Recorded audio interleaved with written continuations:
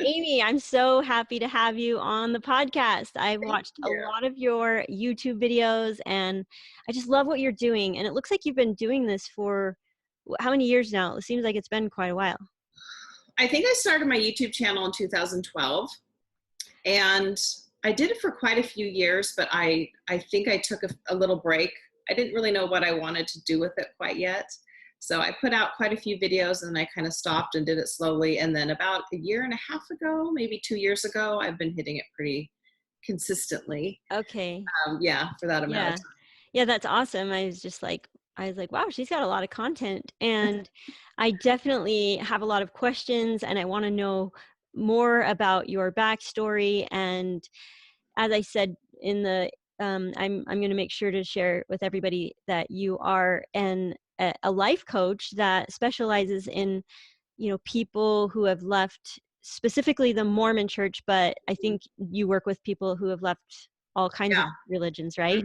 Yeah, I do. Yeah. I've worked with, yeah, every religion. They can come. I mean, because we all sing a similar song, right? The, Yes. the pain is the same. It's such a similar process that we all go through when your blinders kind of come off. And so, Yeah.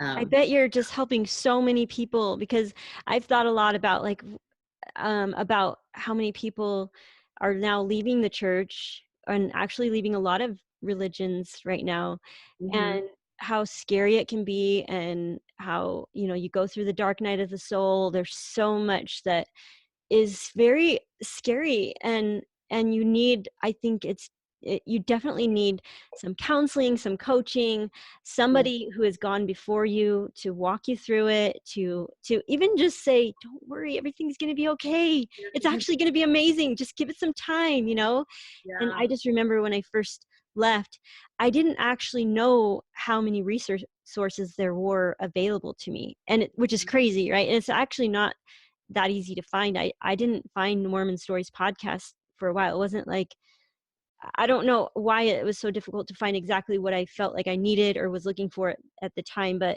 or no, not Mormon Stories, because Mormon Stories really helped me um come to the decision to leave the church, mhm. but it was more of like the resources that they offer, like faith, what is it called, Mormon Faith Transitions, I think, Oh where they yeah, give a lot more advice on what to do in different situations, what to do when you're feeling this and how to process this and all that, which you need a lot of help, and you don't even really know that. And when I went through it, so mine started about 2006. And so this was like pre CES letter. I think John was just getting going with his Mormon Stories podcast. And it's the whole reason I started my YouTube channel. Of course, it was quite a few years later because I was too much in the thick of just experiencing what you have no idea what you're experiencing. You're Yeah. just free falling, like I like to call it. But it didn't seem like there was many resources then. And of course, especially as a woman, like I didn't know, when I did see something, I didn't see a lot of faces that looked like mine being a woman. And I saw a lot of guys leaving the church, but not as many Oh. women. Oh. So when I did start my YouTube channel, I just thought, because there were many nights where I would be crying at 2 or 3 in the morning and just feeling so alone because not too many people knew what I was going through. You kind of go through it privately for quite a while. At least I did. Yeah. So when I finally did that, I thought I just need some woman at 2 or 3 in the morning when they're sobbing to be able to go to YouTube and Google. I don't even know what, or whatever you put in the, YouTube. Yeah. It's like ex-Mormon, post-Mormon. I didn't even know what to call it. But Yeah. at that time I was going by Soul Searching Girl. And Oh. that was my website at the time and all of that. And yeah, I just wanted, I didn't know what I was going to do with it all. And I just felt this, it's kind of this thing, like when we go through this, we want to be able to turn around and lend a hand to the people coming behind us. And so Yeah. that's why my YouTube channel started. And just to be a voice, to be Because a you saw face, a need. Yeah. saw a need, and I didn't see too many people like me. And like I said, 2006, it's just the internet wasn't, I mean, it was still the internet. Like Yeah. I went to New Order Mormon, I think it's .org or .net, and it was a place where you could go anonymously. It was like a forum Oh. and you could post questions. And I was so scared to even ask questions because you know how we're taught, like, don't read anti-Mormon literature, don't talk Yeah. to anti-Mormons, like this whole thing. And I felt I didn't know what else to do. I'm like, but I'm reading all this, and I had started all my research, where Yeah. I was just consuming so much information that Yeah.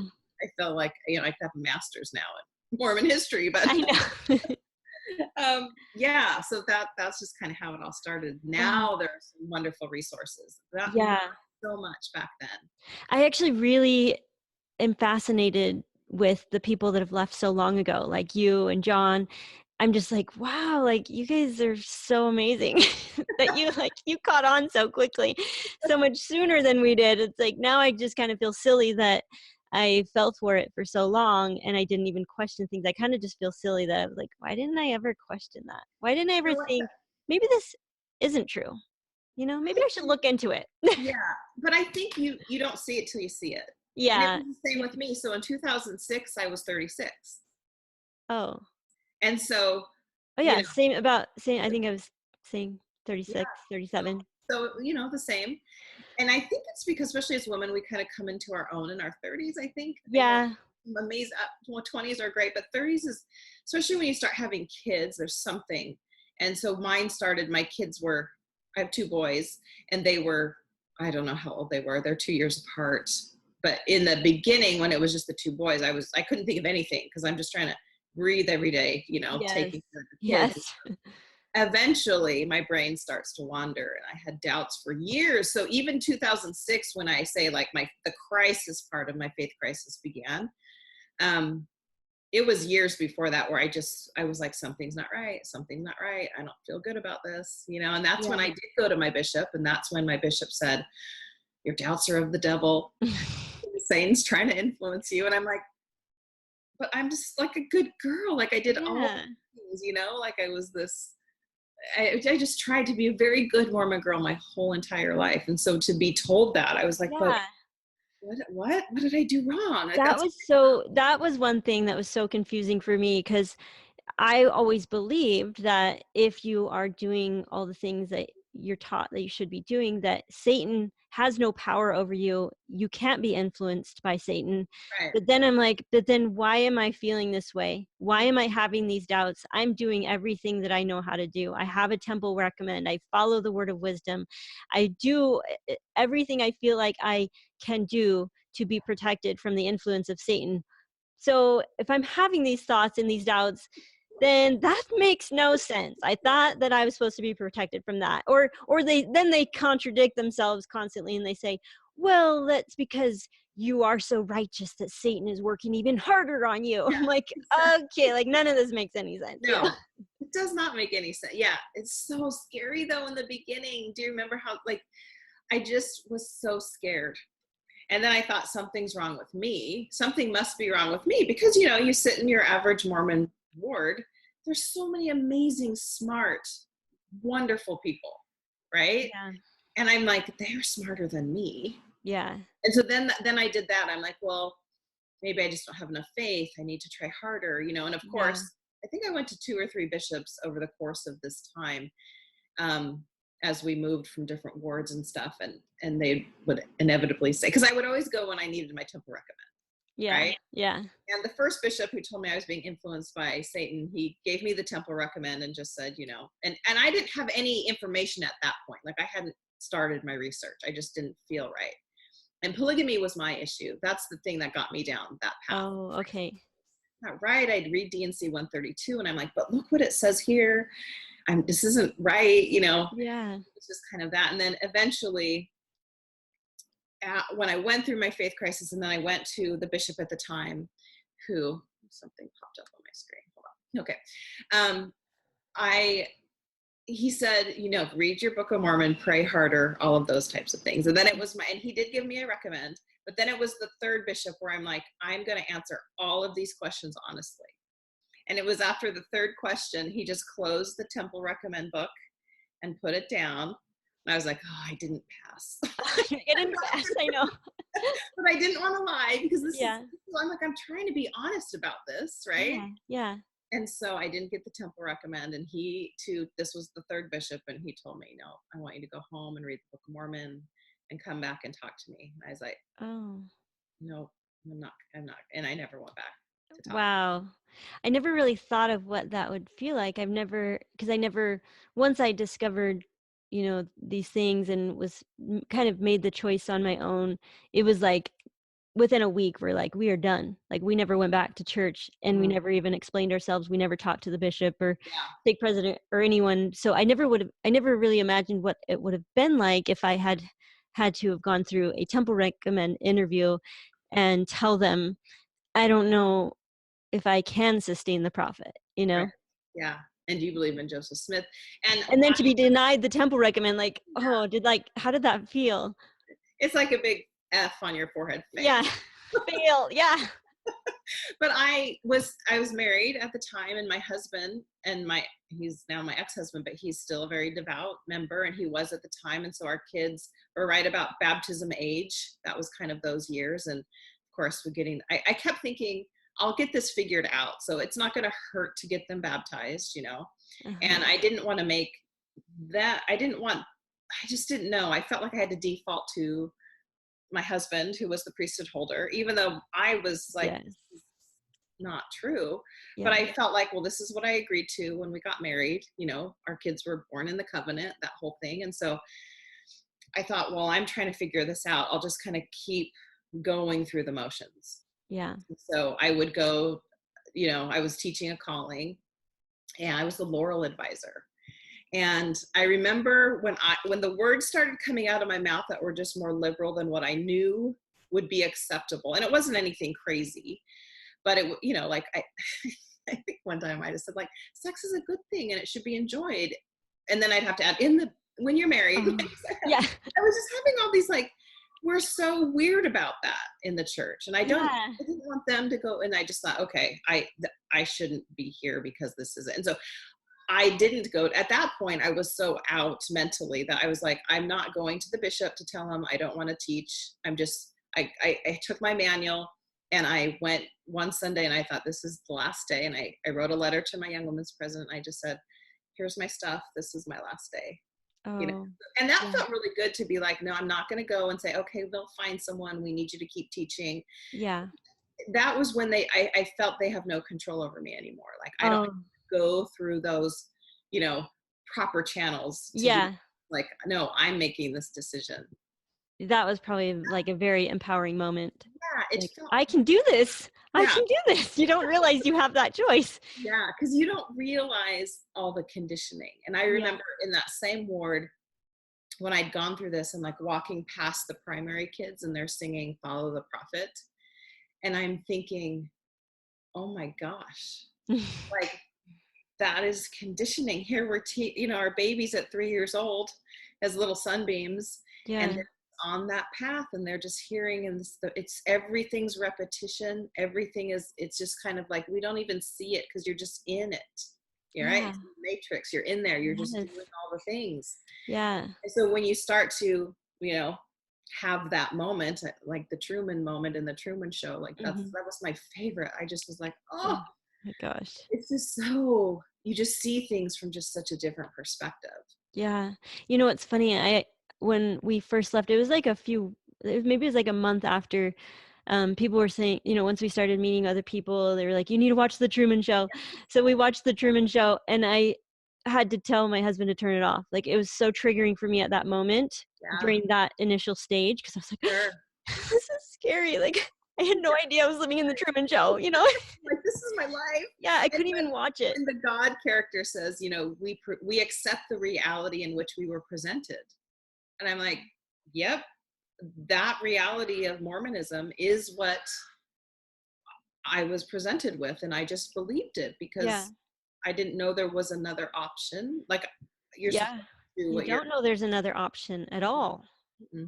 You have the truth. You're taught that, like you said, the repetition. And now looking back, I'm like, oh my gosh, that is brainwashing. It's like, no wonder why was it so boring? Why wasn't there anything ever new that we were being taught? It was always the same thing every Sunday, every week, over and over and over. And I hated it. But it's like the purpose was to solidify all those beliefs at a young age so that you never can think otherwise. Right. It's all so strong in your brain, you can't even think anything else. Well, and that's why it hurts. And so you're familiar with thought work and all of that. And I think that's exactly what my life coaching is about, because those neural pathways that are in our brain are so deep. And that is what's happening when you are being conditioned religiously. Yeah.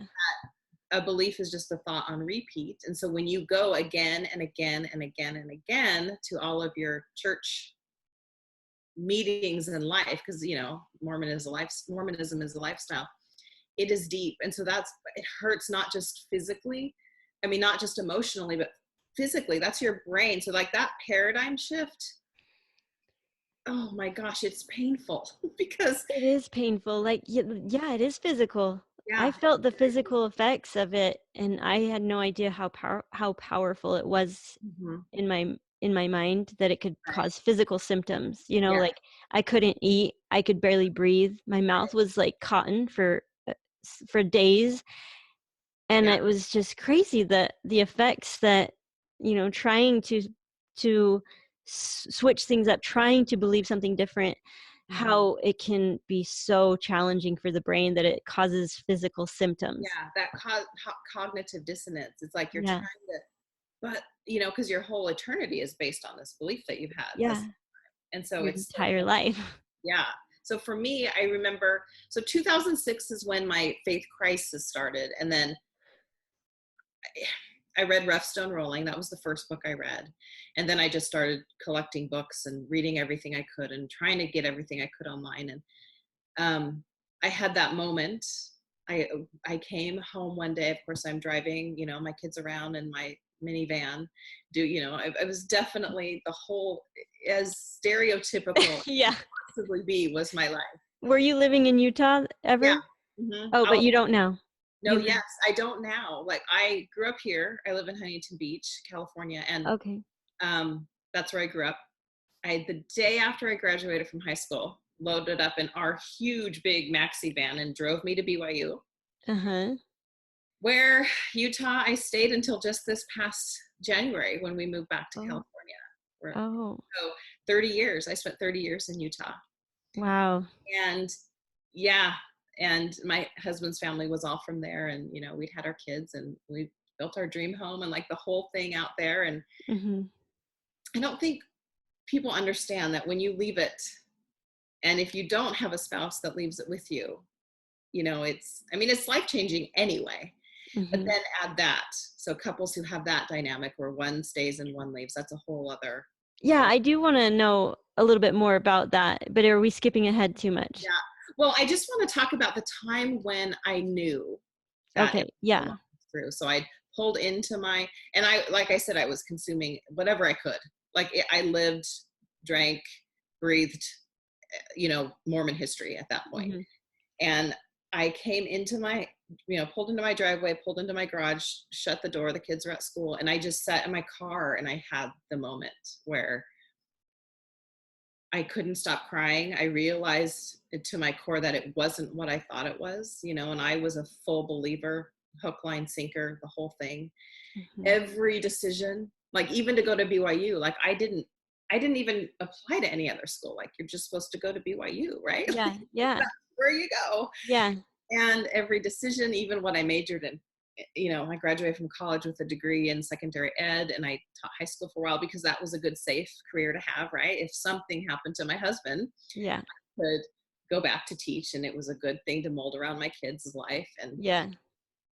And so I just had that experience, and somehow I got myself out of my car into my family room, and I just fell on the floor and literally wanted the earth to swallow me up. Like I just thought that would be so much easier Mhm. than, I don't even know what's coming, but I knew that getting swallowed up would be easier Yeah. because I Gave me live. the chills because I know that feeling. It's like, Yeah, it's so consuming. And to kind of, how people, I don't know, I don't want to say all people are dismissive, but when you're yeah. going through such a traumatic experience, I felt like the rug had been pulled out from under me. I just felt I didn't know I didn't know anything anymore. And my husband, who was still a believer, and here we'd raised our beautiful boys in this faith, and everyone I knew was Mormon. You know, I lived in Utah and I lived in South Utah County, and it was just like, I didn't know anyone who wasn't Mormon. If I did, they were acquaintances from high school on Facebook, but no one that I Yeah. interacted with. And my And I family, think it's a different thing too. Like I've met people that, you know, were raised Mormon, but right after high school they just didn't really like latch onto it. And it's a different experience because I don't think they ever really chose to follow it. You know, they're just going because their parents do, but they never really independently chose to believe it and follow it. So they don't experience the same traumatic experience that we do when we've totally decided, yes, this is absolutely true and I'm going to follow it. I'm going to raise my family in it. You know, so it's different than, you know, for people that were raised in it and then just never really, because all my sisters, that's the case with all my sisters, they just never really, so they never experienced the dark night of the soul. They never experienced any of that. Like, what's the big deal? I'm like, it's a big deal. heavy. Yeah. I mean, everything. So I was married at 20, you know, the whole thing. We did go to school and we waited to have kids. We waited to have kids, and then my first decided to wait another 3 years. So we went through kind of infertility for a while too, but which is a whole other story when you can't get pregnant and everyone's asking you why you As don't. a Mormon, yes. So that was its own It's thing. been 2 years. You should be kicking out another baby, you know? 6 months. What's going on, you guys? Yeah. Yeah. And so I felt very alone. Like I would go to church and I would sit there and I would kind of look around wishing there would be some like secret code that we could at least look at each other and I go, know, oh, you're like, hurting she too. knows what I'm feeling. We can talk. Like, you just have no way of knowing. And Nobody will talk about it either. We're all too afraid. Yeah, it's too scary. And so I would sit in Sunday school and they would be talking about some apostate, you know, in the lesson, some terrible apostate. And I was like, they're talking about me. Like, I'm the one. But I was still, you know, undercover, so to speak. And so that whole process, I just slowly stopped going. Once I stopped teaching, I just kind of slowly stopped going. So I would just go to Sacrament with my family, come home, make like a fun brunch. So when my husband and the kids came home, I'm like, well, at least I have a nice meal for them. And this will make up for it. Yeah. Did you skip over any parts where did you tell your husband, or did that not happen yet? Like, yeah, I did. And I remember I was listening to John Dehlin at the time and consuming a lot of that information. And he was really a lifeline to me at that point. Not quite as big as he is now, but. But he did have the podcast. It was just brand new at the time. Okay. He'd probably been doing that under a year, maybe. I don't know when he started that, 2005, I think. How did you find it? How did you know that it would apply to what you were going through? Because it's just called Mormon Stories. Yeah, I heard of him in a website called New Order Mormon. Okay. Where I could go post anonymously, and he would be there in discussions, but he was using his real name. Like I had a, you know, I think at the time my name was Wondering Why. Like you could pick an avatar. I mean, that's like long ago. This is so, but it's so scary to be public about it. It is. Yeah. So I did talk to my husband, but I felt like it was a little bit like, well, it's going to be okay. We don't have to practice polygamy. It will all work itself out later. Like, and I'd be like, listen to this, like read this, you know, and he didn't interpret it the same way I did. And for me, I'm like, I don't know how people can make this work. Yeah. That's a lot of people do, and that's fine. But for me, I was like, if this wasn't real or didn't happen the way it was presented to us, then this isn't true. And then this isn't true. And then, you know, like, because it's not just about, oh yeah, that's your opinion, that's your belief, that's great. But you have kids together, and do you really, that's going to cause some conflict, you know, especially when you're aware of the brainwashing and you're like, and the damaging parts of the beliefs. You're like, I don't want my kids to. So then it's like this whole new thing where you're just like, it's not as easy as just, oh yeah, like that's fine. You know, you don't have to believe what I believe. You know, it just doesn't work that way when you have a family. Well, and where you took it so serious. Like I was so, you know, I was primary president a few times. I was young women's president a few times, very active in all of my callings, everything that I did. So it's not like I just did church, kind of. Yeah. It was all in. And so to have that crisis, it really is. It is a crisis. And so the crisis part doesn't last forever. But then you have to start thinking about well, what do I believe? What do I want to do? How do I want to raise my kids? And then when we weren't on the same page, you know, it was a little difficult. Yeah. 2009, I had my name removed from the records. And I know that's a very personal decision for everybody, but for me, I felt like every decision I've made in the church was based on what they thought I should do. And so to remove my name felt like I'm deciding this. Yeah. I'm taking the power back. I get to make this decision. I agree and so with for that. me, that was very freeing for me to do Yeah. that. And like, I love both perspectives on either removing your name. Well, I guess there's three ways of doing it. There's removing your name, or just keeping it on there, or getting excommunicated, like being, and I see all different views. Like we chose to get our names removed like within a month after realizing that we did not believe in it anymore.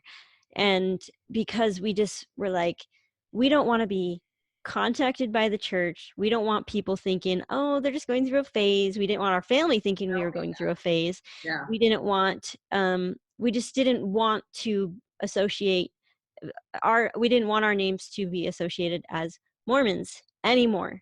We were just like 100% no way. We are not doing this. They're not going to have any of our information. We don't want missionaries knocking on our door. We don't want people from the ward calling us. And so that was our reasoning. And then and I think I understand why people have to keep their names on for the sake of family members and all that. And so that makes sense to me. But some people just don't think about it and they don't remove their names. But I'm like, we try to encourage people to remove their names. It's like so easy. You go to quitmormon.com. And if it's something that you feel is okay to do according, you know, for the rest of your family, it's not going to stir things up or hurt people like your parents or whatever. It's like, if there's really not a lot, if you feel like you have that, you can make that choice without really, you know, stressing out any relationships, then I say do it, because I don't want the church counting more people in the church than is actually in the church. You know, they love to embellish the numbers, and they love to say, yes, like, this is how many members we have. But I'm like, first of all, how many of them are active? Second of all, how many of them have actually left the church but just haven't gone to quitmormon.com yet? But yeah, and so that's what we try to encourage, like, just go to Quit Mormon and just remove your name, okay? It's like, let's just make it cool. It feels so good. And I just, a lot of my clients that I work with, that is an issue because they're afraid they're going to hurt someone's feelings. And the philosophy behind the coaching that I do has a lot of like, we don't cause people's feelings. And there's something really empowering when you can make a decision and know that they're having those thoughts and feelings because of the beliefs that they have. So that's attached to, you know, what's going to happen to you, because now you're, you know, if you remove your name, you're really out of this forever. And of course they're going to have thoughts and feelings because it's in the context of what they believe. But you get to have your own autonomy too. And you don't believe that anymore, and they're going to have to work through. So I do a lot of that work with my clients. That's helpful, because I think people do need coaching around that, because it seems so scary for a lot of people to do that official, you know. It is so scary, but there's something so empowering if that's important to you to go down that route. For sure you can get there in your own due time. But yeah, it's still a bit of control. Then we're giving the power to someone else's thoughts and feelings over ours. And like, same with like being excommunicated. We did not want them to call us in and for us to share our doubts and our questions, and then for them to take the power and say, well, then we're kicking you out, you know.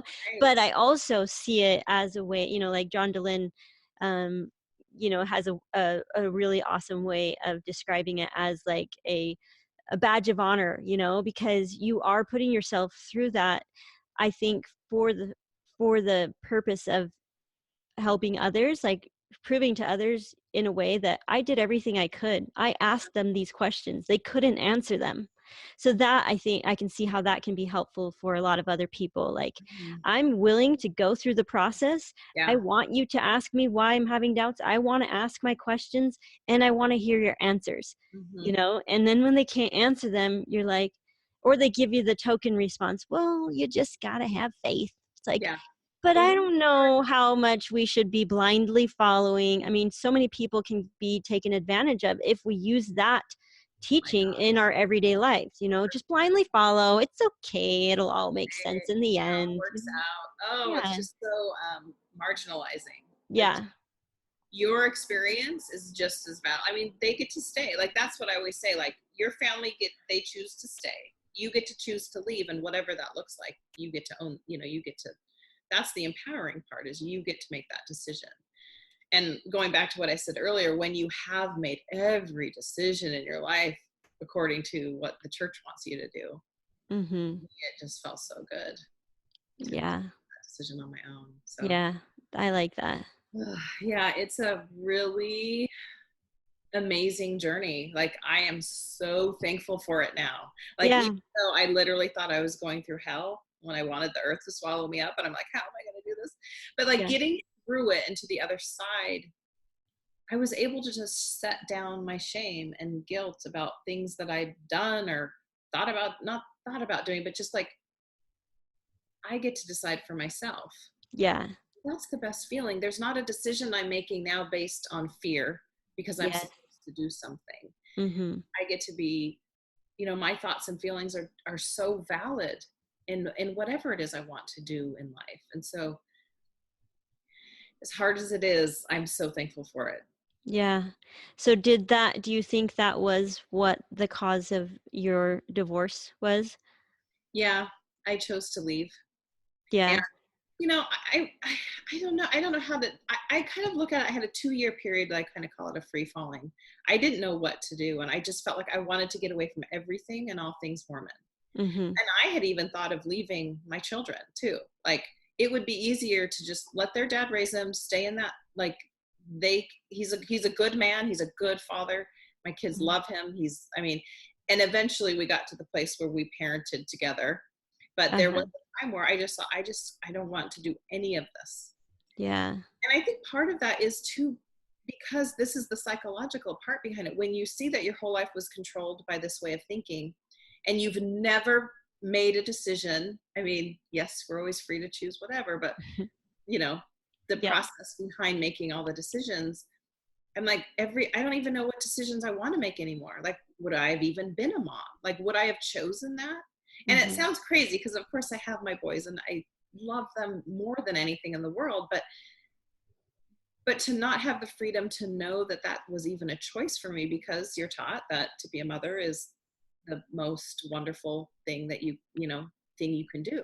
Mm-hmm. So it never dawned on me, like, wait, people choose not to have children? Like, what is Yeah. this? Yeah. I mean, and that's how fundamental it all was to me. I'm like, I don't even know what is up from down right now. Mm-hmm. And so it can really play with your mind psychologically to feel, I don't know, you feel betrayed, you feel hurt, you feel what's up from down, what's right and wrong. Like, how do I now create morality for myself, Yeah. my own autonomy? Like, what Mm-hmm. I want to experience things that I've never experienced. I'm sure there's an actual therapist can talk about that actual process in the brain and what happens. But yeah, that needing some freedom for sure was part of Yeah. my journey.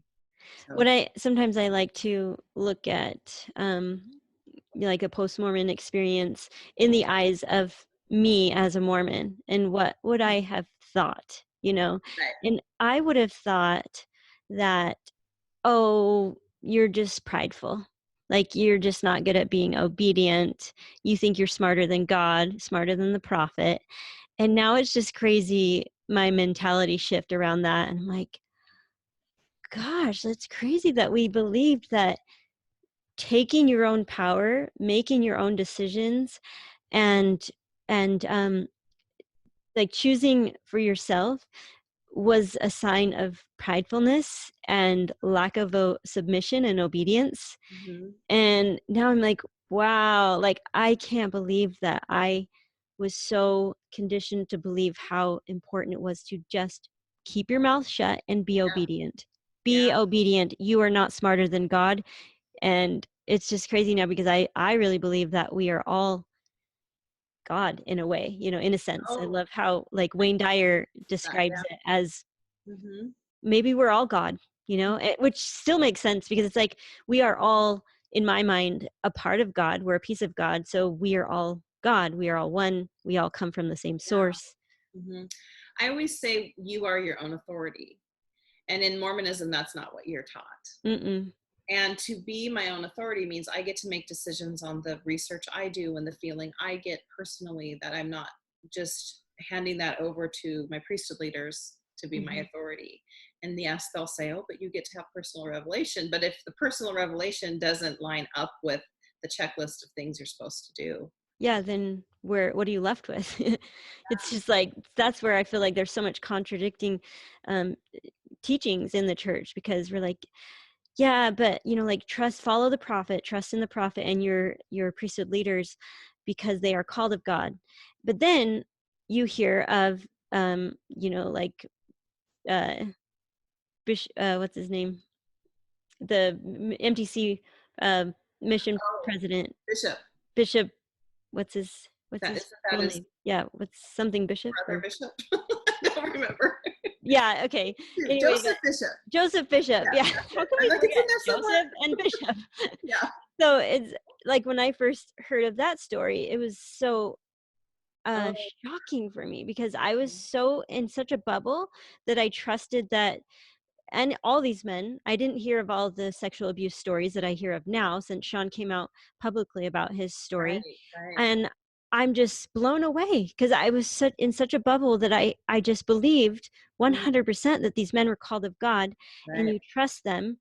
Mhm. And then so you're told that, but then like when you hear of stories that like you know, of any sexual abuse or of a bishop doing something that, you know, gave bad advice or something, even that something so little like that, we're always told like, well, they are men, you know. I'm like, well, then why are we trusting them with our lives, you know, if they're just the same as me, you know? And Right. then or you can receive your own personal revelation, but it's like you said, but what if it doesn't align with what the church teaches? Then what do we do? You know, then Then you feel who's so right? like conflicted.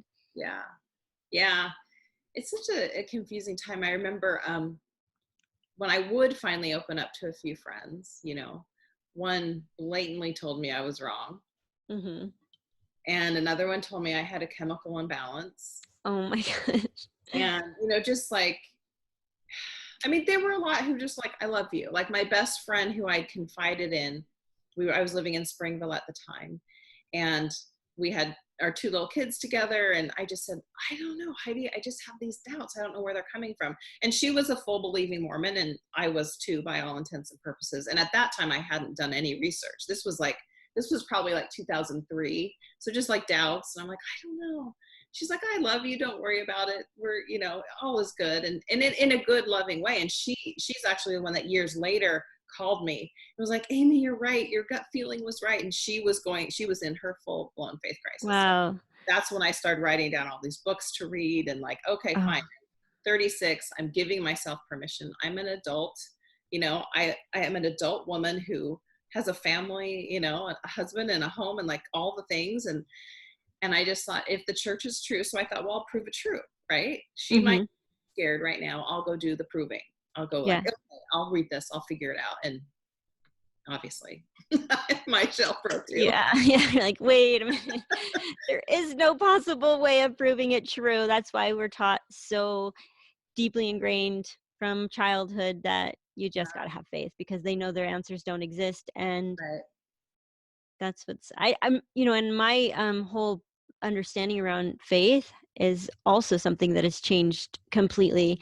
I used to think faith was just blindly follow the prophet and what they're teaching. But now I've realized, you know, after experiencing the dark night of the soul, which I'm sure you understand is the Yeah. same way I describe faith, is just trusting that there is a purpose to life and that everything will work out. Like that's all faith is to me now. It's not Right. follow the prophet, follow these teachings. It's just trust that everything is okay and there is Yeah. a greater purpose to life. Yeah, exactly. And I think that with trust, because a lot of my clients they're like, well, how do I trust myself again?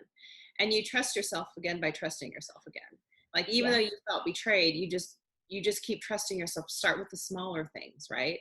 And eventually you feel your confidence gains again. But yeah, you do feel smacked down for sure. Yeah. And then you do lose that trust in yourself. I understand what you're saying, but I also have come to a realization that my experience in the church is exactly the way it's supposed to be. As hard as it was and how deceived I feel and how angry I feel at times, I just can't deny that that was my path because I've Yeah. learned so much through Yeah, that process. So for sure. even though I was so converted, so convicted, and realized and thought it was so true, and I devoted my life to it, I served a mission, got married in the temple, all those things, I Mhm. still don't regret any of it because the lessons and the experiences that I've had since leaving, I would not have had these I wouldn't have grown in this way if I Right. hadn't have experienced the opposite of what it feels like to have that Totally. liberation, that freedom, the power, you know?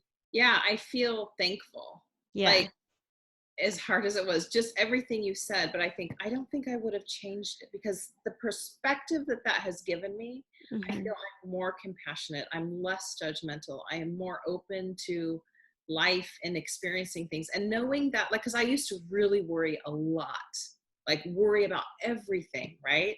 Hmm. And now I just believe worries a prayer for chaos. All that does Hmm. is keep Yeah. everything worried in your head spinning. And now I feel like I'm a lot less stressed. You know, I just Yeah. love even my Mormon people. Like my family's still Mormon. I have one brother who's left, but everyone else is still Mormon. And Mormon people are great people. Yeah. And so I think that sometimes that's a struggle because we get so frustrated with the church, but Yeah. all love people who are still in it. And so it's this strange, I even find myself, even though I'm thankful for my faith crisis and all that it's taught me, like I want to protect, like, just, it's good. It's all good. So like their experience in it is just like mine was, like, it was fine and it was good Yeah. And until, it and was needed at the time. So we right. can't force people to No, go through an awakening sooner than they're ready. no, because you won't Sometimes I see feel it. this like, oh, I gotta help everybody out, but it's Yeah. like, well, let's calm down. Like Well, they'll because realize it when they're ready. yeah, I think I'm sure I heard people over the course of my 36 years of life. Someone must have said something at some point, or Yeah. I hear of someone leaving the church. It's like you really don't see it until it's time for you to see it. Yeah. Feel like all the And stars. maybe you are planting some seeds, like by us being vocal about this on social media, it's not it's not so much, our purpose is not so much um to just tear down the church and like pull people out. It's just we're sharing our experience for the Mhm. people that are coming after us. Right. And we know that more and more people are coming after us. It's Oh, inevitable. It's yes. happening. Like Yeah. in by the hundreds weekly, people are Yes. leaving the church. Mhm. So we know there is a need for us to be vocal about it. So some people just look at us like, oh my gosh, they just can't move on. I'm like, no, it's like we realize that how hard this was for us, and there is a huge need for people to Yeah. be Oh my outspoken God. about such things because Mhm. otherwise they feel alone, they feel crazy. Yeah, and that's exactly how I felt. And I just look at the amount of people who have left and the support that's there now that wasn't there all those years ago, and I just see this progress, and it's a beautiful thing.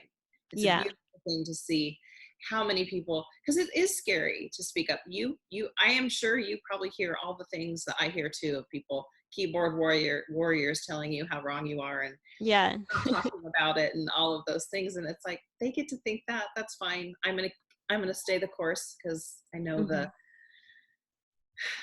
I know that you want to feel like you're not alone. That's the Yeah. biggest reason I do what I do.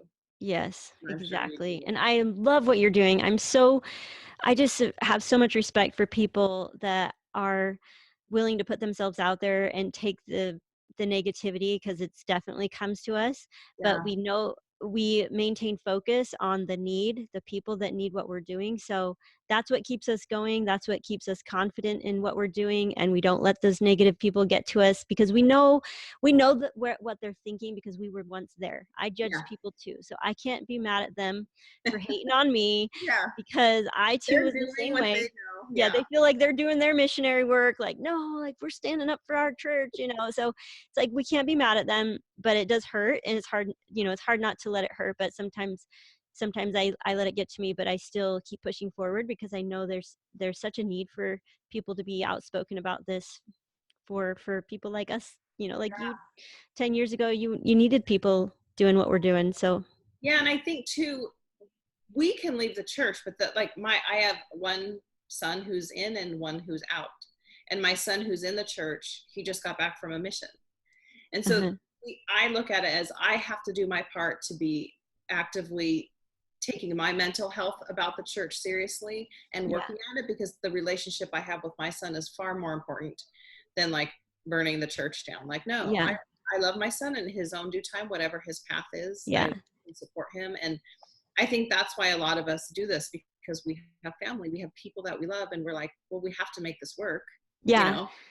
And I think that's one of the most valuable things you can offer people leaving the church is, how do we go on and coexist with the still believing Mormons? Because we don't want this to tear our family apart. We want to just live in a way where we can coexist, agree to disagree, but still focus on what matters most is, and our love and relationship does not have to have anything to do with our beliefs.